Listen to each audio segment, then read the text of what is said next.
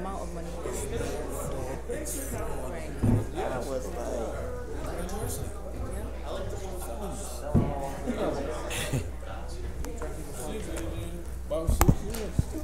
all righty. Are you alone, ma'am? No, ma'am.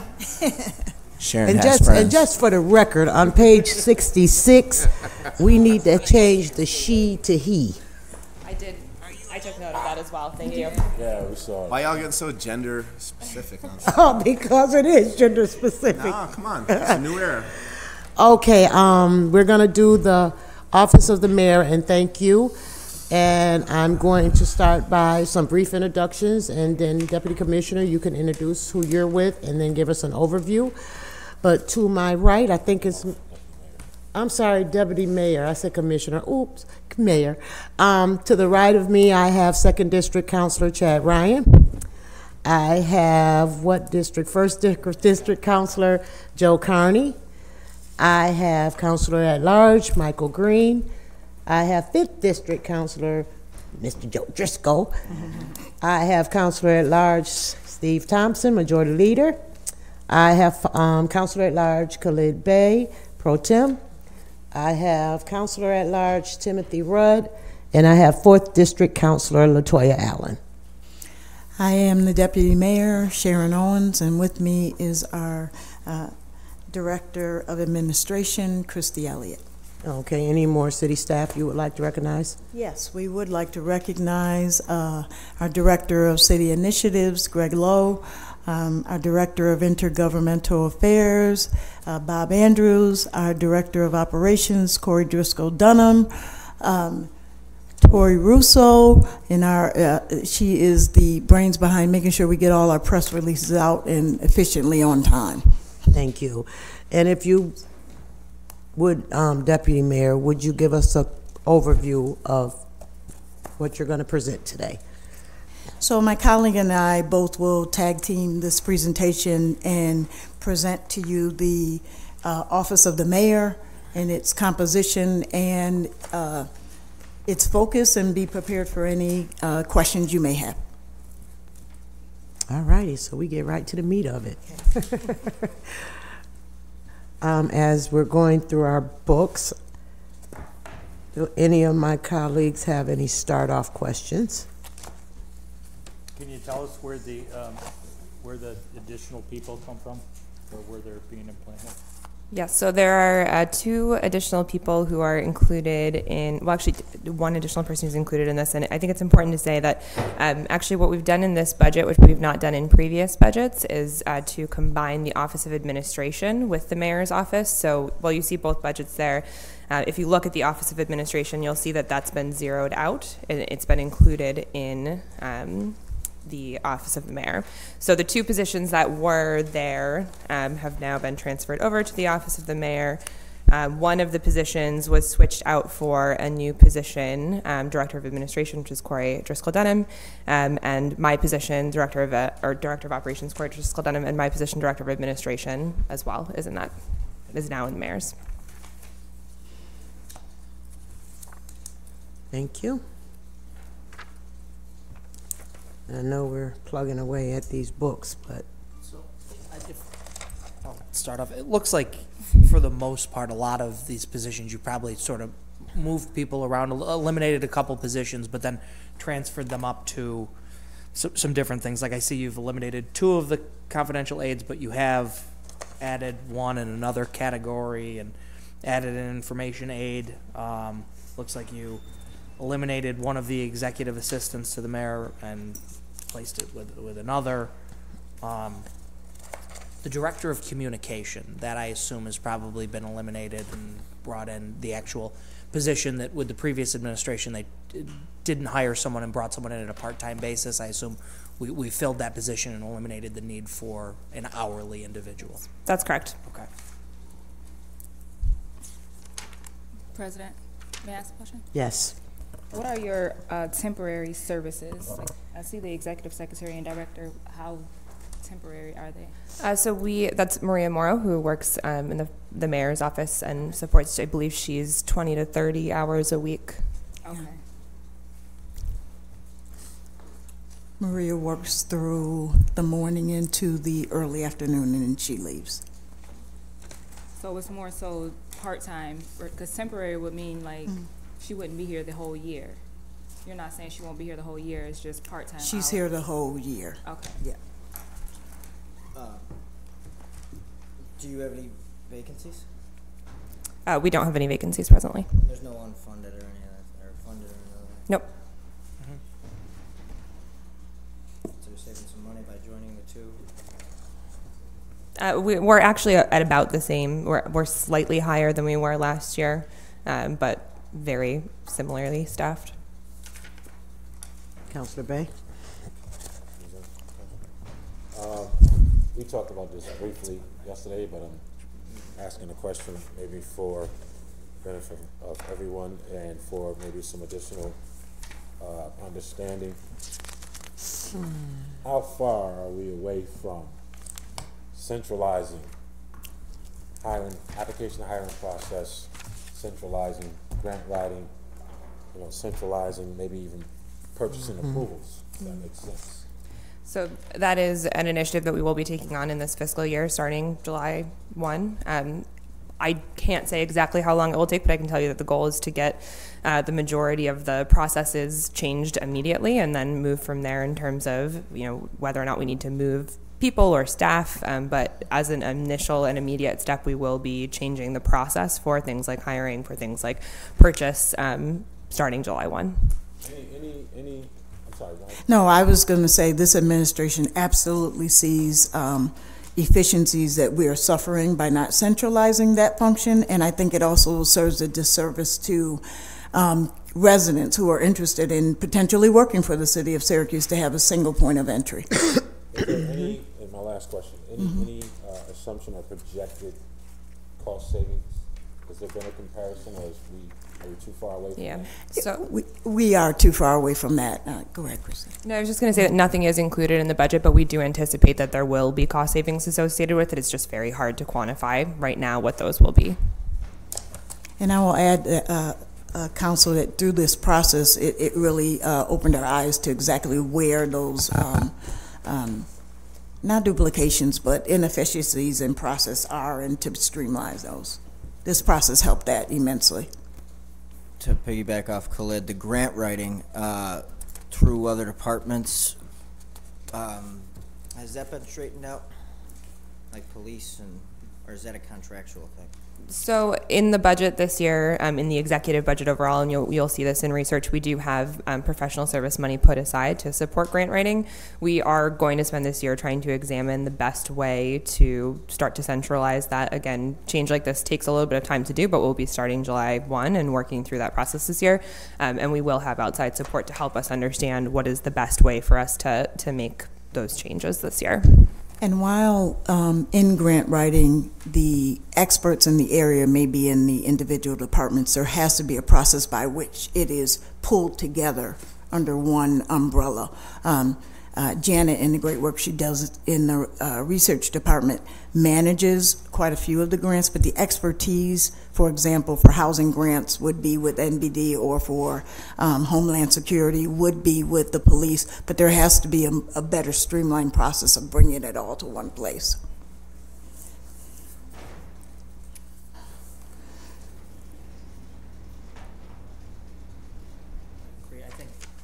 I think the concern is more so just the oversight of it. I mean, I get that there's more of an expertise of knowing what are the stats, what are we looking for, but at the end of the day, I think research and Janet really are superstars and really should be able to have more oversight, because we've seen even the short time that I've been on the council,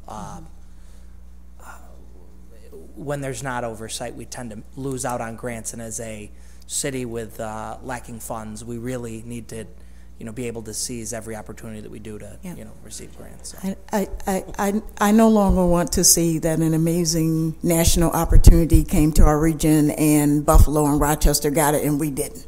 Exactly.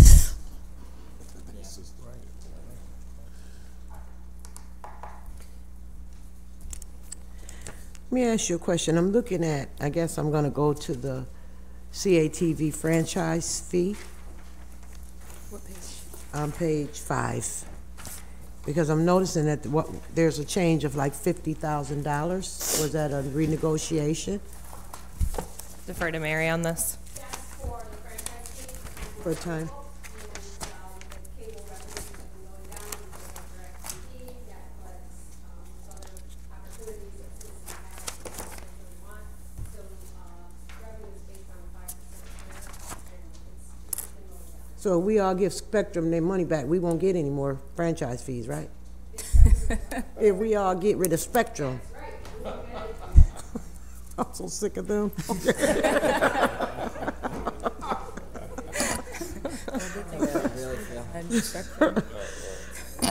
And then I will have to ask another question, because I know that we have a lot of pilots in our city that are probably coming to the end of their life. So where are we on pilots? How are we, this administration, how are you looking toward pilots? Because you know, being tax exempt, half of our city, and then with the pilot agreements, which I know they pay some taxes, Right. but needing the funding the way we do, where are we? Because we turned around and we tagged on to the Destiny Carousel, whatever they are, and we just kept extending it. Well, When do we part stop? of definitely the revenue projections that we're looking at, one example absolutely is the Destiny pilot that is coming to an end. So those were payments that we had the benefit of receiving that are no longer going to happen. And all of that was part of our analysis, looking at our overall budgets, looking at revenue versus expenses. And so the overall answer to that question is a further analysis of where that is going to stand this year and then moving into And I know, because it's a little unfair, because we're asking questions that we know you guys are still working through, but there are pilots coming to the end of their life. Do we know how many there is? We will. Okay. I know that Mary is aware of this, and we did go through this as a part of the budget process. We will spend the beginning part of this fiscal year addressing what is still, where things are and what negotiations, where they stand and what needs to be done as we prepare for the next budget year. Can you explain the changes in the Office of Innovation and their budget line? Sure. So there are a few different changes. I do believe they have their own separate hearings, so they can speak to you in more depth on that. But the major couple of things I would want to point out there, they are ending the Bloomberg grant this year. It will end at the end of this calendar year. Out of all of our departments, we are asking them to spend aggressively in the coming 6 months because we want to be able to use that money and pay down that money. Another thing that you will see is that there is a salary increase in there for our chief data officer to bring him to the level of our chief innovation officer here. He's an incredibly unique skill set and is not at market value here, and so we're trying to ensure longevity and make sure that we can keep those skills around. That's a good way to put that. How much is there a lot currently left on the table from the grant? I don't know the total number offhand, Ask but them when they come in. yeah. Thank you. Any more questions? In the long run, would the way that the Office of Administration got absorbed into your office, do you think the innovation team or the innovation staff could also just be people in the mayor's office, or do you think that has to be, it's better a separate entity? I believe it's better as a separate entity because it provides a service across the city. They're an amazing group of people and provide a vital data entry. So I think that it remaining separate doesn't mean that it can't be looked at again, but I think at this point they should be their own item. I know you guys heard in the mayor's presentation yesterday, the evolution of the Office of Innovation is to be the Office of Accountability, Performance, and Innovation. So we will start looking to that group to provide a check and balance for the work that we're doing. And so from that perspective, I like the idea of them being separate from the mayor's office as well. Mm-hmm. Can I ask another question, right? We talked about PeopleSoft that we spent millions of dollars on. And I'm looking at this list, and it has to be that way, and it may not be, but I'm looking at the duplicate tax bills, and I'm looking at different things on here. Where are you? On page 6. So is there a way that PeopleSoft would be able to track if we were using it in the right manner? If we're using the PeopleSoft system in the right manner? Yes. Question. So I can say definitively, and I do believe you'll be receiving a briefing from our auditors in the coming week or two. You got it. So our PeopleSoft audit findings have largely been removed from the audit. They're in the management letter this year. They were material weaknesses last year, so that's an indication that we are trending in the right direction. I do believe there's still work for us to do in that space, and it's something that we'll continue to invest in. So we're going to have to end up buying more modules, right? I mean, it's an option for us to do that. We could also make a decision to go a different way. Part of what we're doing broadly right now, or the new administration is doing broadly right now, is trying to get our hands around what technology and systems we have and where it makes the most sense to make adjustments and investments. And are we using them to their full capacity? That's what it is. I think, I saw in the audit report a suggestion that Yes. take on a consultant, if you will, who's efficient in using it in government. Yeah. Assuming that's probably. It is a consideration. It yes. is. Where do I find the SIR list? In the back, I think. SIR? The people that are working on it or whatever. 415 line. Is it? Not. It's not broken down by department, right? It's just. Well, it's in each one of the department's budgets, and if they have a certain employee who's under the professional services line, which is under contractual with Syracuse renewal agency. Okay. And that- Do we know what those numbers are? So in terms of the numbers right now, with Yeah. people, Yeah. I think it's around 66. Is that higher than it was? It's lower. How much lower? Can we? And I also believe we have a meeting for Sarah. A separate own meeting. Sure.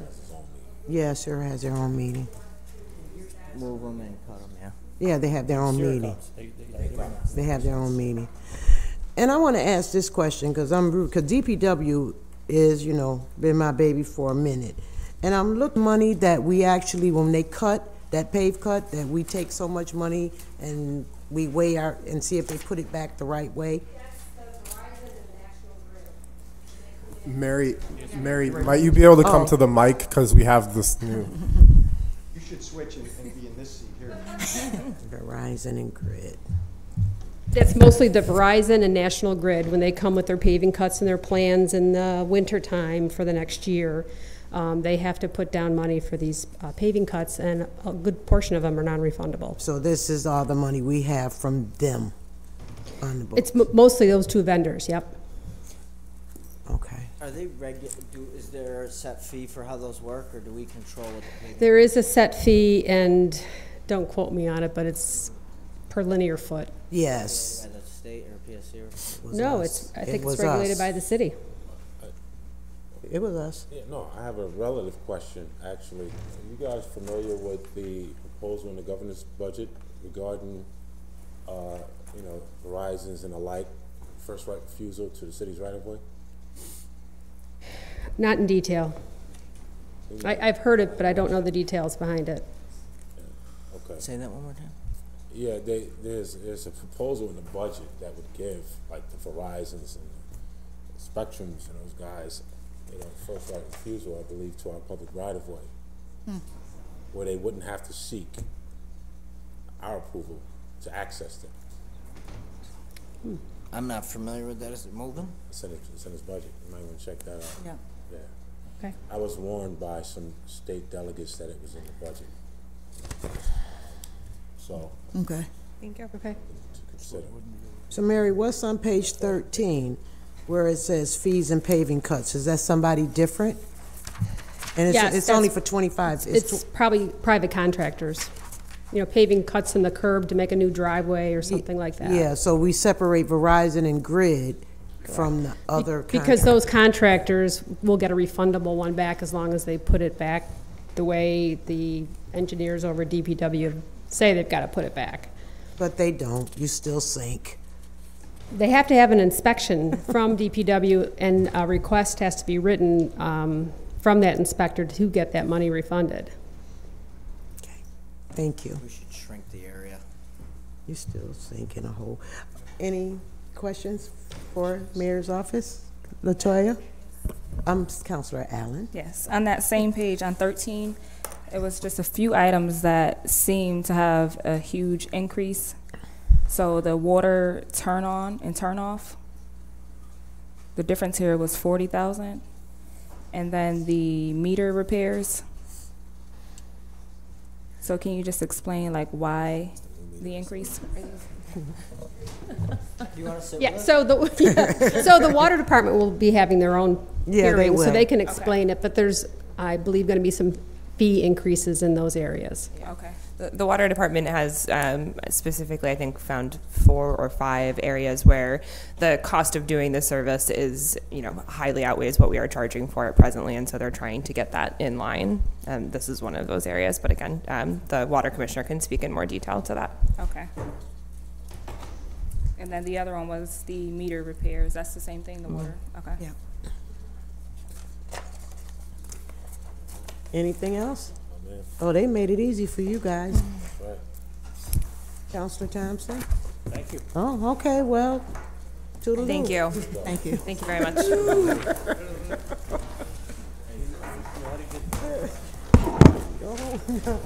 much.